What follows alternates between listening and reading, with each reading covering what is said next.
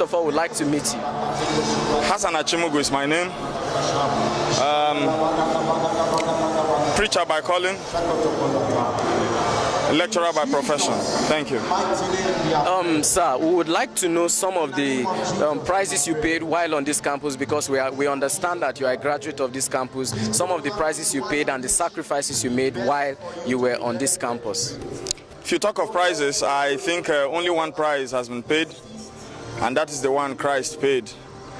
After that price, no one can pay any price again. Talk of sacrifices, I don't know what other sacrifice there is to make, but talk of maybe a little efforts that have been put into the process of the spiritual upliftment of this place. Okay, then I understand what you are talking about, if that is what you mean.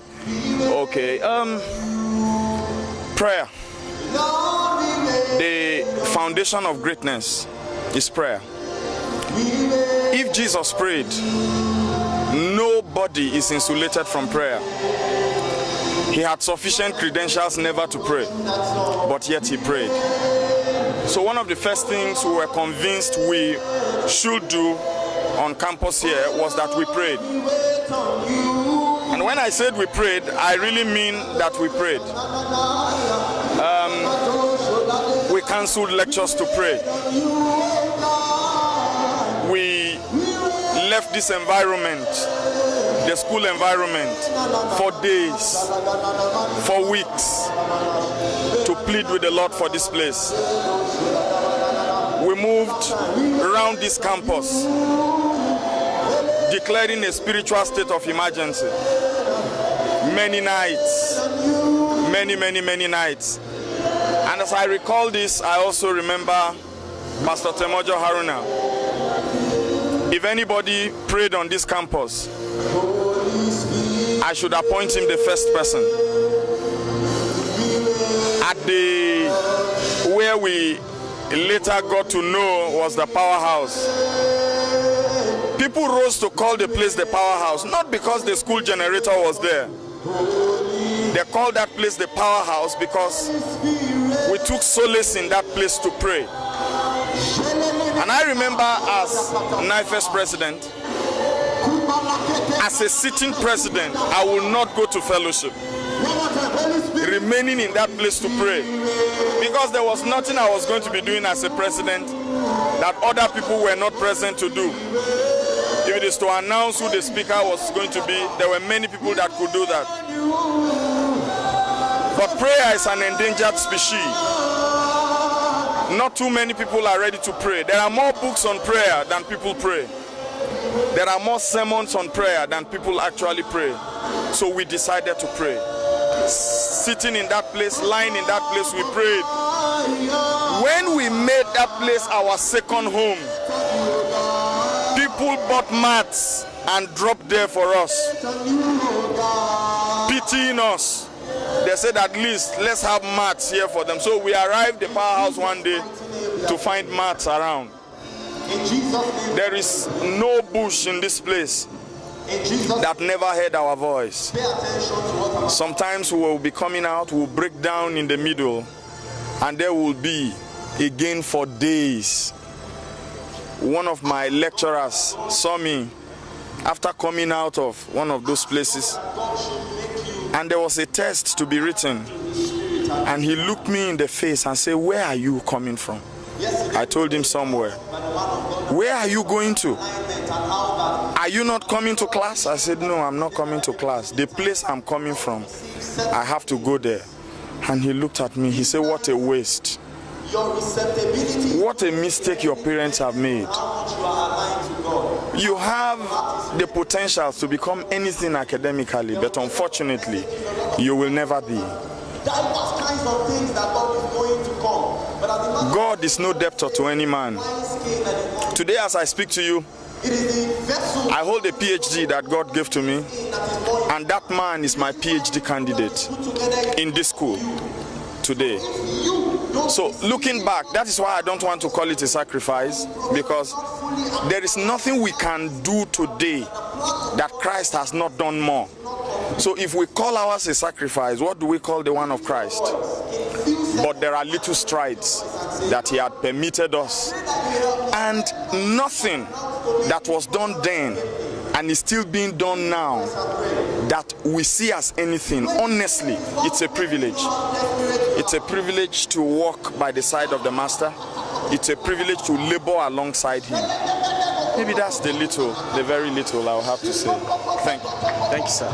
Sir, considering some of the responsibilities you took, and you made mention of Pastor Temojo Aruna also, sir, how would you say in this current dispensation, in this campus, compared to then, are we really continuing in this space, or you have some advice for us, sir?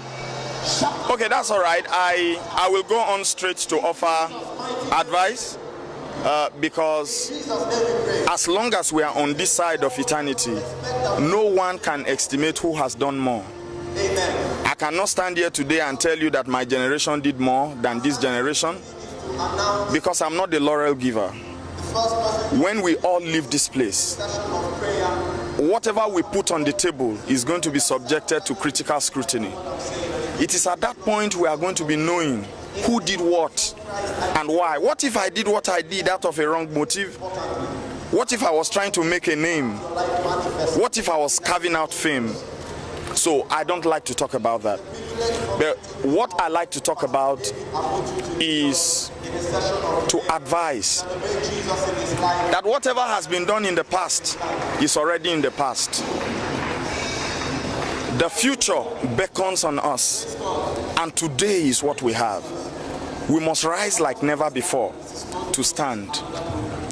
Stand for the truth. Anytime you value yourself, you lose yourself. But when you are ready to lose yourself, you lose nothing after all. I see a lot of times that perhaps we are careful not to miss it academically. We are careful not to be called names. We are careful not to be seen as a spiritual success and an academic failure. And as long as we put our eyes there, what we fear will come upon us. But if we decide to fear nothing, fixing our gaze on God and doing the work of God as if there is no academics, and then when it is time to face academics, we face academics as if there is nothing else. Why not? We will succeed. I repeat again, God is no debtor to any man. His disciples once said to him, they said, we left land because of you. We left houses and family because of you. What will you give to us? And in replying them, he said, there is no one that has left anything because of me that I will not pay back. I will pay in this life and in the life to come. That's my persuasion. Thank you. Okay, sir. Lastly, we would like you to, by way of maybe a word of prayer or prophecy, just say something over this campus, sir. Amen. I'm very passionate about this. In this place, God has continued to raise spiritual arrows, men that rises from this place to take strategic position in world evangelism. And I stand on this hallowed ground today, and I yet decree that in the name of the God that we enthroned on this campus many years ago, that giants will rise from this place, that spiritual colossuses will rise from this place, that men that will matter in kingdom matters will rise from this place. This is our prayer, that this land will say no to whatever and whoever the enemy sponsors to this place. This is our prayer, that this place will be called the citadel of the Almighty, and so it will be. Amen. Thank you very much, sir.